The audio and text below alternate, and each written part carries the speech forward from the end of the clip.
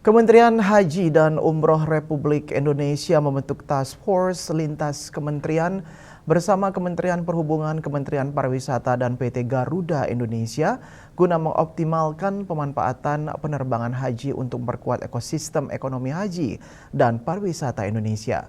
Langkah ini merupakan tindak lanjut arahan Presiden Prabowo Subianto dalam evaluasi penyelenggaraan ibadah haji 1447 Hijriah sekaligus persiapan penyelenggaraan haji tahun 2027.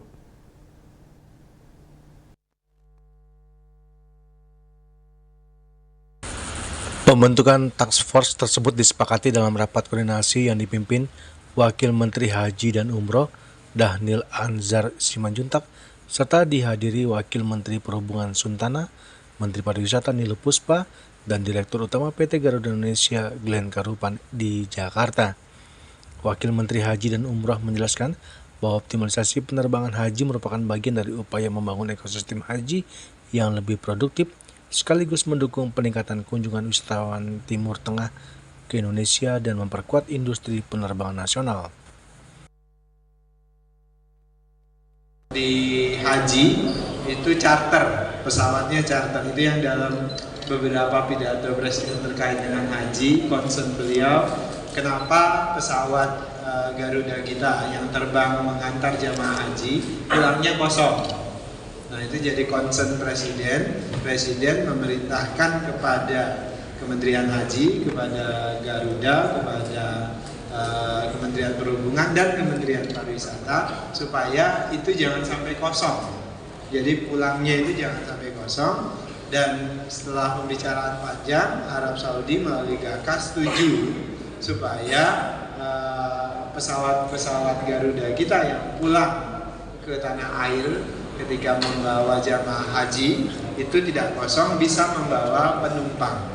Nah, oleh sebab itu kita akan mulai instruksi presiden itu tahun pesawat-pesawat kita yang membawa jamaah haji pulangnya itu bisa lagi membawa penumpang.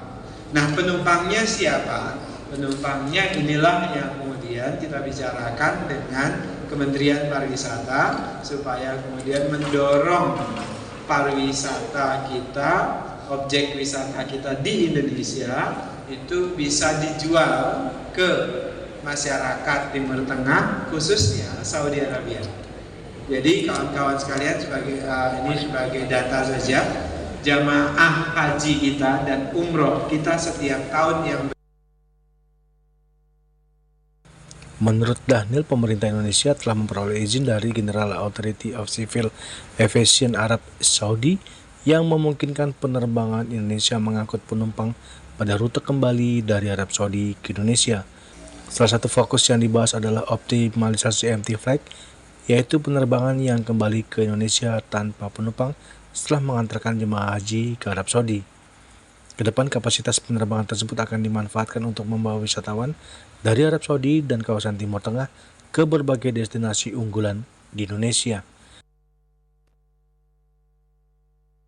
Dari Jakarta, Julius Wate dan Ketut Sumadiasa melaporkan.